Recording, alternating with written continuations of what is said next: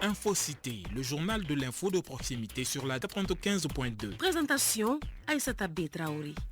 Infocité, les titres.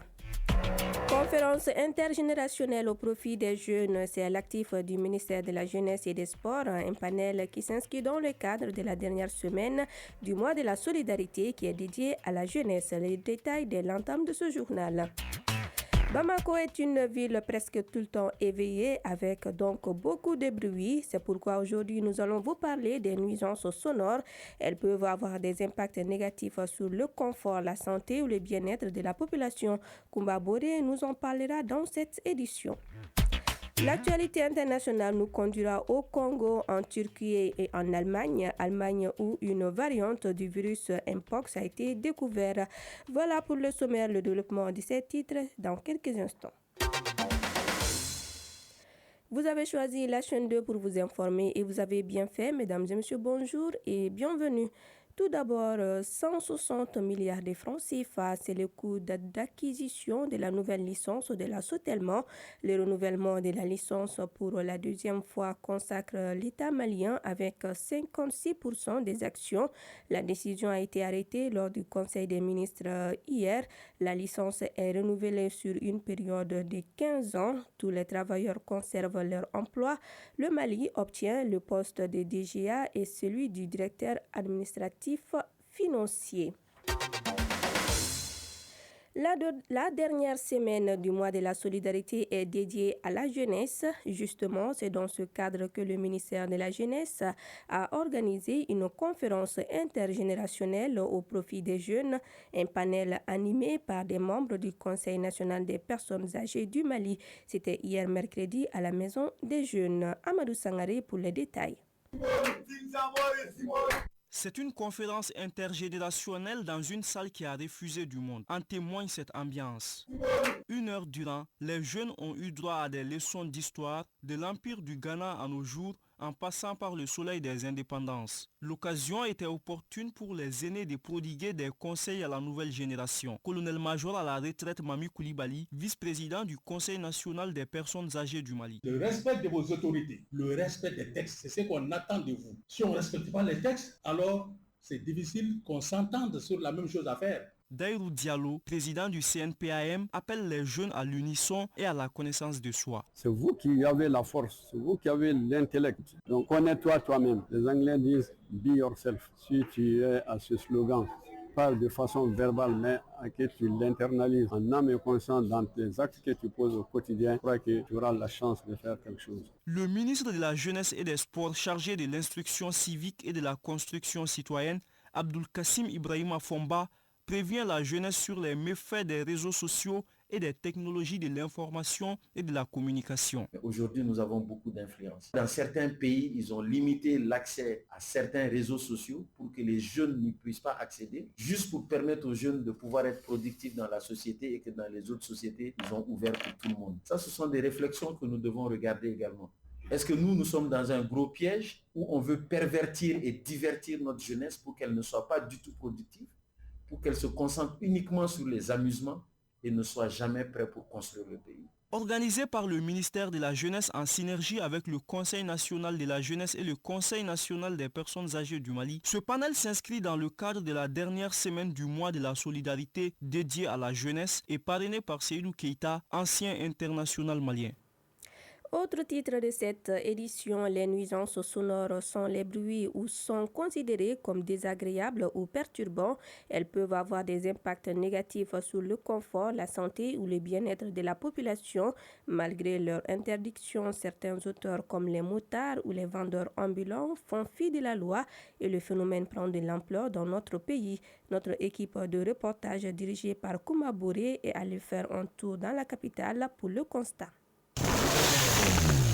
Aucun bruit particulier ne doit, par sa durée, sa répétition ou par son intensité, porter atteinte à la tranquillité du voisinage ou la santé des personnes dans un lieu public ou privé, selon la loi. Et certains auteurs de ces actes font exprès pour nuire la tranquillité de la population.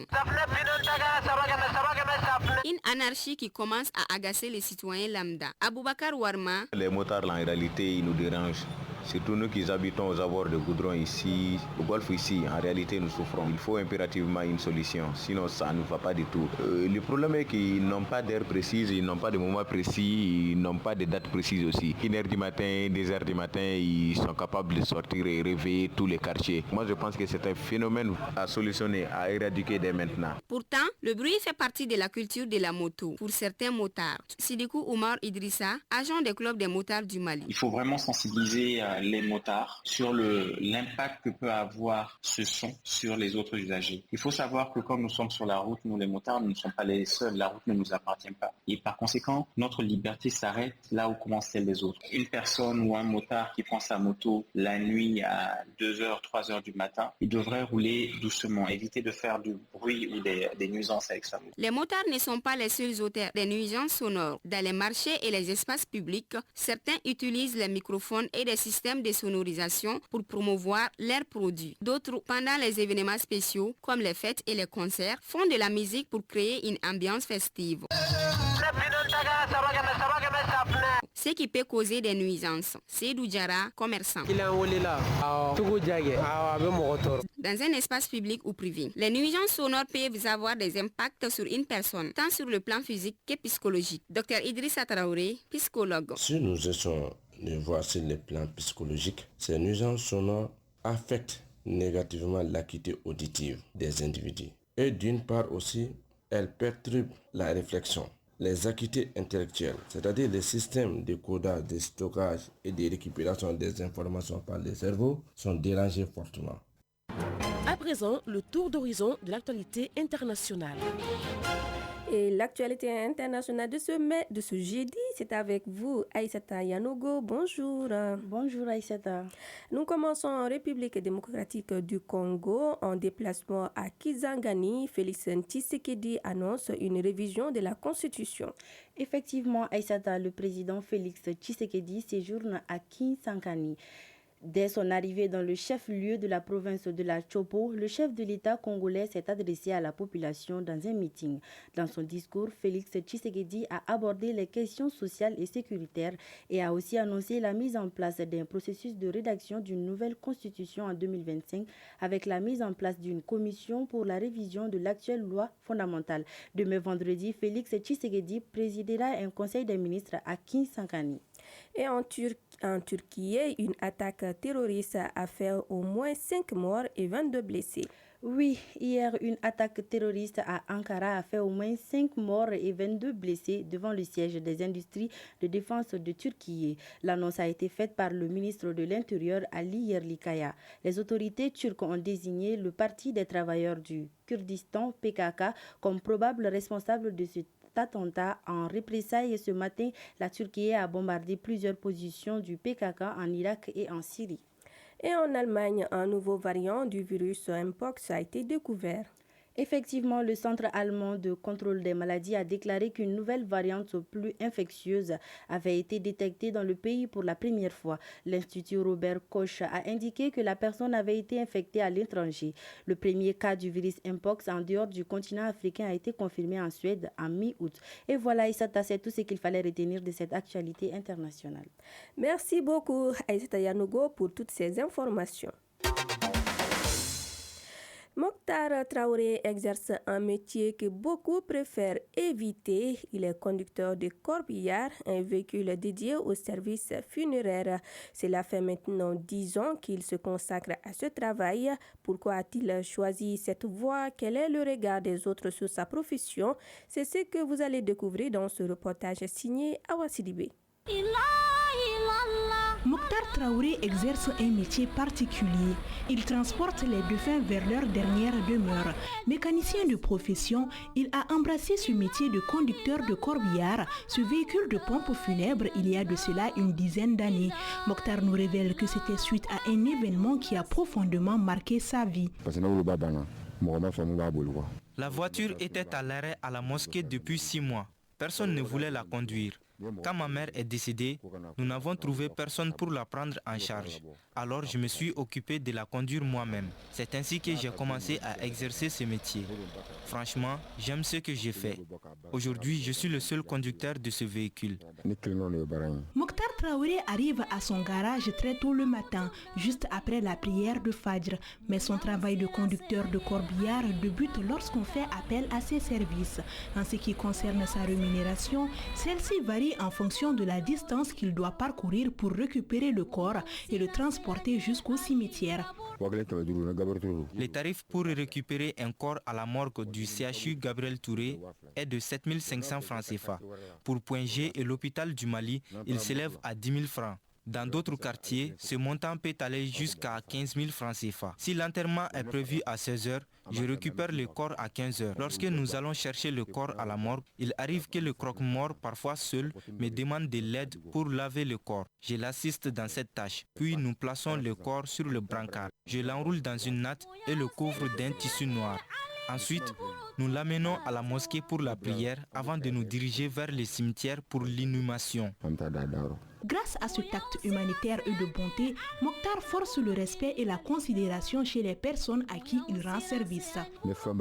Je gagne bien ma vie grâce à ce métier. Un bienfaiteur m'a déjà offert un mouton et 5 000 francs CFA. De plus, chaque fin de mois, il me donne 50 000 francs CFA. Je m'occupe également de la voiture et en cas de panne, je la répare. À chaque sortie, je verse 5 000 dans la caisse de la mosquée.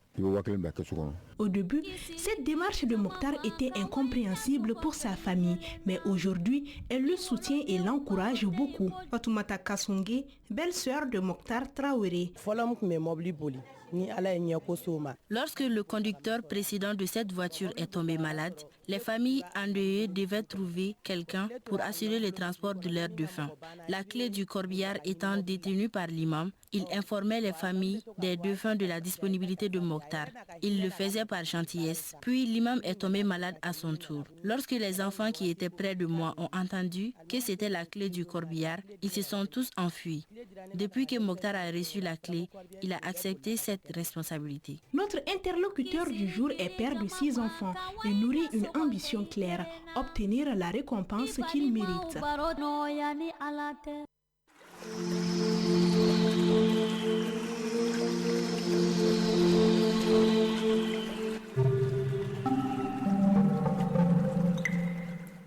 La météo avant de refermer cette édition, les thermomètres affichent 29 degrés actuellement sur Bamako et ses environs. La maximale sera de 32 et le soleil se couchera à 18h passé de 8 minutes. C'est la fin de cette édition qui vous a été présentée par Aïssata Traoré, une réalisation de Suzanne Traoré et de Mohamed Bari, mise en onde Penda Daou, mise en ligne Mohamed Koulibaly, coordination Nyanya Alou Traoré, Djefa Diara. Juste après moi, le journal des sports avec Isaac Tchenou et à 13h, le journal de la radio nationale avec Nyanya Alou Traoré. Très bonne suite de nos programmes.